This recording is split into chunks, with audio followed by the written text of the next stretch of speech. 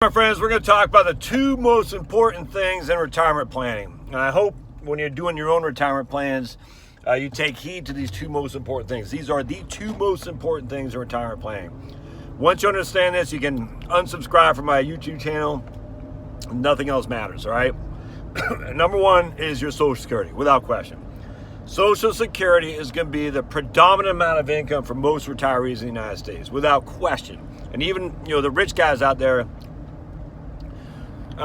maybe got $2 million saved. That's fantastic. You're still going to rely on Social Security. I'm just telling you, you're gonna for sure. Now, that might not be as big a deal to you initially as someone who's making $50,000 a year, but the facts are Social Security still plays a hugely important role in your retirement planning. A, because it's just more tax efficient. B, because you've been putting into it. And C, it grows with cost of living adjustment, never goes down. All right, so for a fact, let's just say at $2 million in October 2007, you had all in stocks, we'll just say, that $2 million is worth about $1 million March 9th of 2009. What was your Social Security payment worth? The same exact amount adjusted for, I don't remember if there's cost of living adjustments back then, but it didn't go down. And so I guarantee if you had $2 million in October 2007 and you woke up in March 9th of 2009, you were happy to have Social Security, if not as a predominant amount of income, but certainly as a supplement for sure. I guarantee, because at $1 million, all of a sudden you're sitting there saying, oh. All right, so number two, let me go back to Social Security. So what you need to do then is you need to understand how it works. The number one thing with Social Security is your average index monthly earnings, your AIME, AIME, average index monthly earnings. I know this will be repeating for some of y'all, but some people only catch a couple videos at a time. And nothing is more important than your AIME, your average indexed monthly earnings, which means you need to go to myssa.gov, sign in, log in, sign up, and get a copy of your record because they don't send them out anymore if you're under the age of 60. And you need to look at your earnings record that Social Security has for you and make sure it looks all hunky-dory. Make sure there's no big gaps. Make sure they got it correct. I'm just telling you, because that is what they're using as your earnings record in which to inflate those earnings from prior years. And then they're going to use that, and then that will go into your average index monthly earnings. So again, as I said before, they're going to take your earnings that you made from 1982 all the way up to 2019. 1982, you made $800. All right, that's inflated at five times, whatever it is. I mean, I'm just using that as an example. So you're going to look at your index, you're going to look at your earnings record that Social Security has, and you're going to say, oh, that's not that good. I'm not going to make much from Social Security because I was only making $13,000 in 1988. But Social Security doesn't look like that. They index it, that $13,000 for 2019, which means all the years previous, even though they don't look like much, they are much when they're indexed for the Social Security inflator numbers. All right, so you got to know what those are. And now, what I'm telling you, I can't tell you how many people, myself included, before I understood how Social Security worked, what they'll do is they'll say, man, I'm not making that much money back in the old days. Like in 1998, when I started working at Vanguard, I made like $18,000. I'm like, that's nothing, man. That's not going to do anything for Social Security. Well, it is, because as 20 years ago, it's inflated. So you got to see those numbers are correct. Don't get distraught by looking at your earnings history thinking that's what your benefits going to be based on. It's not. I'm telling you, I used to think that. A lot of people do. That I hear it on YouTube all the time. I did not know about the inflator. The inflator just says your earnings from previous years are inflated, i.e. indexed to represent inflation, essentially. So you got to know what those numbers are. Make sure those are hunky-dory. And then you can go to mysocialsecurity.gov and type in your earliest year of eligibility when you turn 62, and they'll just spit out what your inflator percentages are relative to your date of birth, all right? And then you can say, okay, 1994 made $23,000. That is equivalent of what in today's numbers, and that is what your average index monthly earnings will be based on.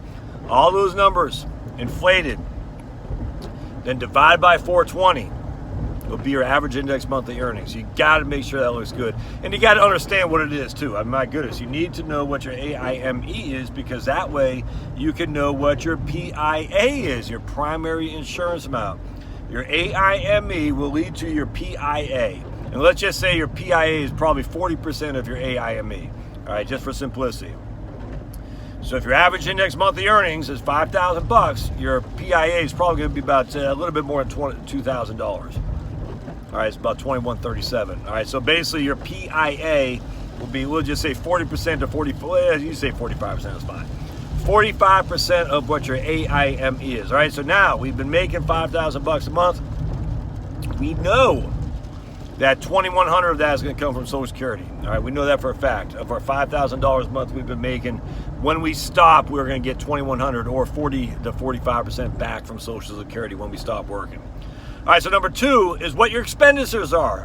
No one pays attention to this. Everyone focuses on their retirement, the income. They were focused on their investment portfolio, how much, 4% rule, 5% rule, blah, blah, blah. How much you need? I mean, do you need $100,000 a year or do you need $40,000 a year? I mean, that's all that matters.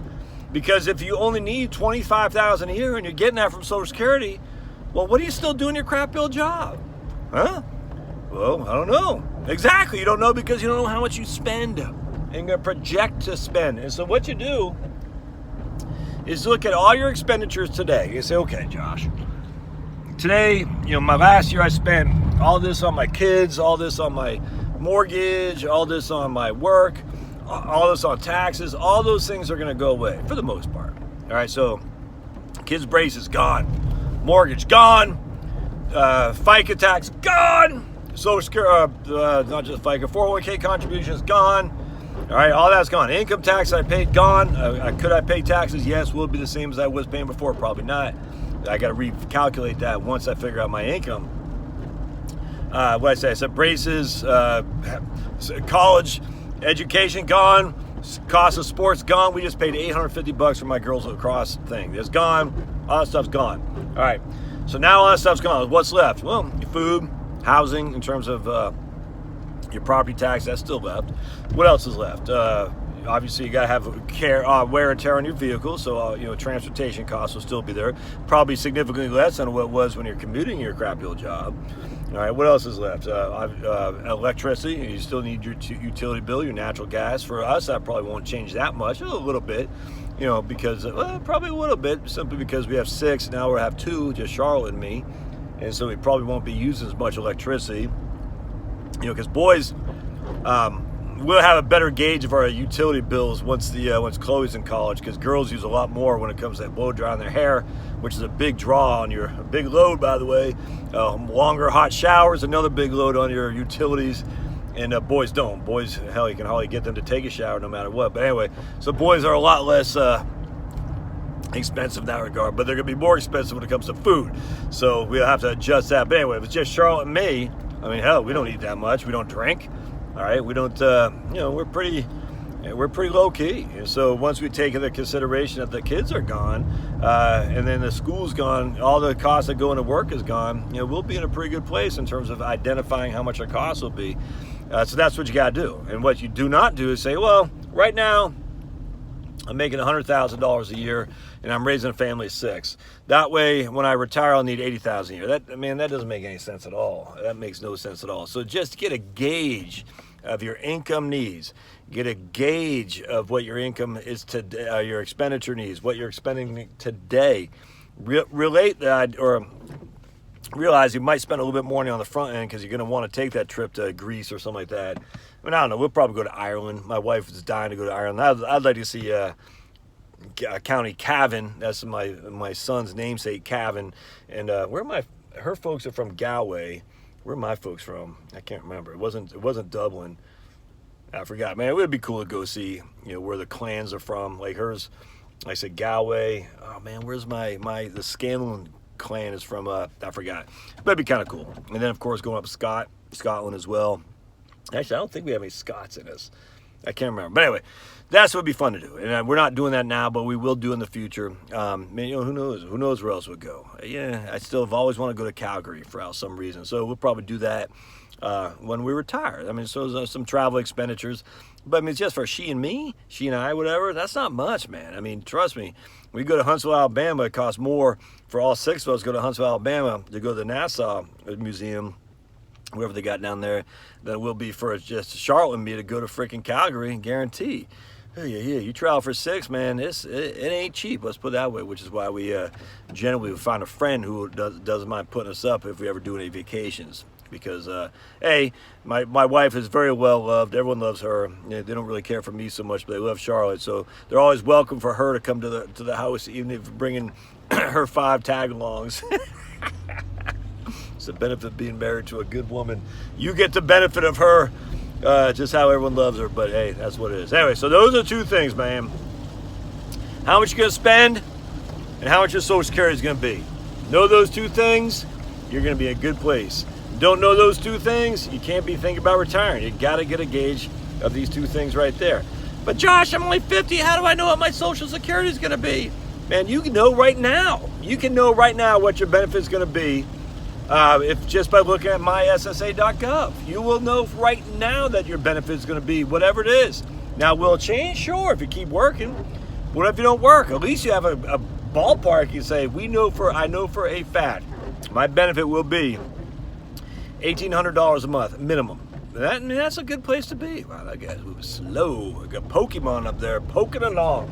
So at the end of the day, if I don't make another penny towards my FICA, paid to FICA, I know my benefit will be $1,800 a month right now. And that's a good place to be. And then you can say, okay, and then you can get a pretty good gauge of what your expenditures are right now while you raise your family and you're working. Take out the stuff I just told you to take out, and then you got a good gauge of what your other stuff is going to be, your expenditures. So $1,800 I'm coming from Social Security. My outgo is $3,000, so I need $1,200. I need $1,200 to make it up, and then you can do a present value, net present value, a discounting amount of how much that $1,200 you would need to have in an IRA, 401k, or some kind of investment account. All right. Well, I hope this helps. As always, subscribe and smash, share, and say your comments down below, and we'll see you next time. Thanks, guys.